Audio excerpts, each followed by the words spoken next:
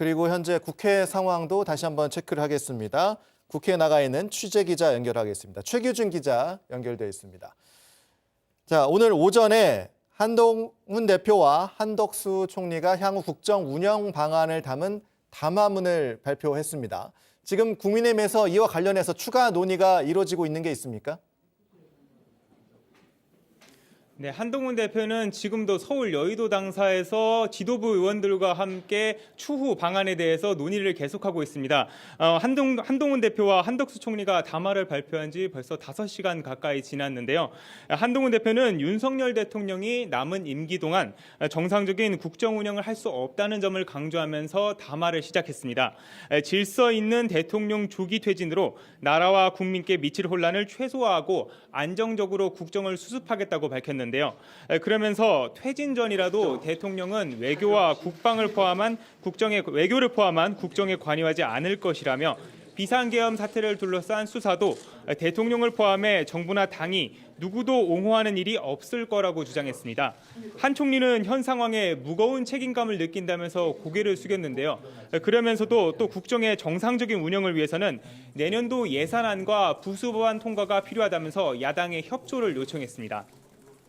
이를 두고 친윤계 윤상현 국민의힘 의원은 모든 로드맵은 의원총회에서 중지를 모아 결정해야 한다며 입장문을 냈는데요.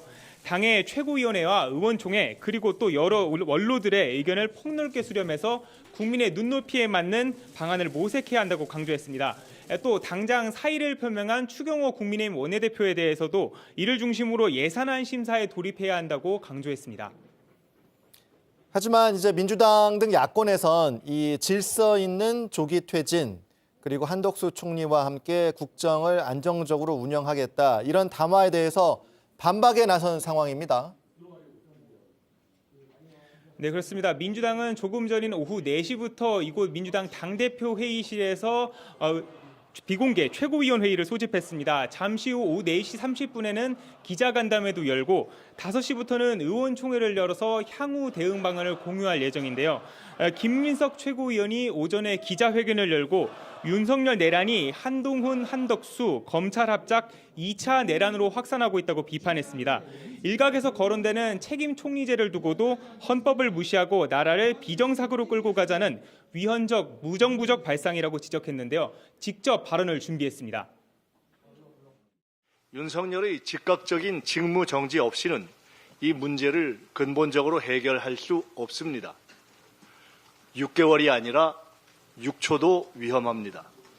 한낱 대권 노름으로 마치 국정의 실권자가 된 듯한 착각에 빠져 위헌 불법 내란 사태를 지속하고 윤석열의 살 길을 열어주는 바보짓을 하지 말 것을 분명히 경고합니다.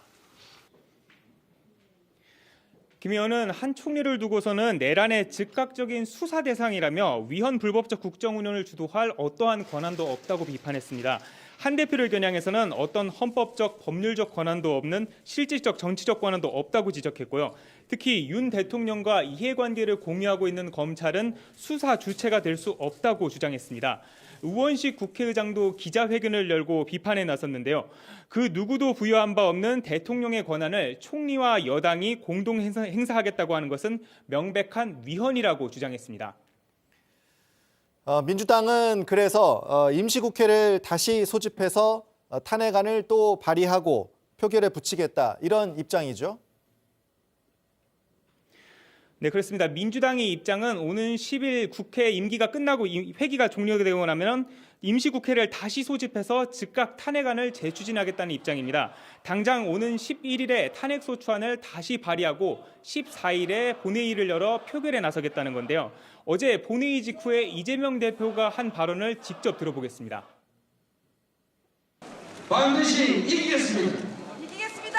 크리스마스에는 연말 연시에는 그때까지는 이 나라를 반드시 정상으로 되돌려서 여러분께 크리스마스 연말 선물로 돌려드리겠습니다. 민주당 박찬대 원내대표도 매주 토요일 탄핵과 특검을 따박따박 추진하겠다고 못 박았는데요. 만약 안건이 부결될 경우에는 같은 회기에는 재발의할 수 없는 일사부재의 원칙을 피하기 위해서 일주일 단위로 회기를 최대한 쪼개기 하는 전략도 검토하겠다는 겁니다. 다만 국민의힘에서 여전히 8표의 이탈표가 나오지 않는다면 탄핵안이 다시 발의되더라도 가결이 불가능한 상황입니다. 때문에 당분간은 장외 집회와 함께 여론전에 나서서 탄핵의 압박 수위를 한층 더 끌어올리는 전략을 나설 것으로 보입니다.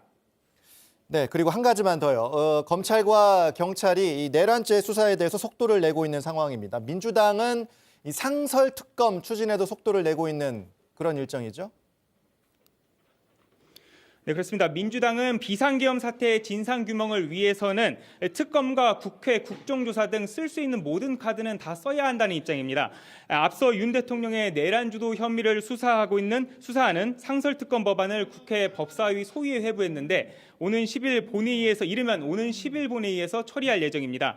상설특검은 본회의 의결 즉시 시행이 되면서 대통령이 거부권을 행사할 수 없는데요.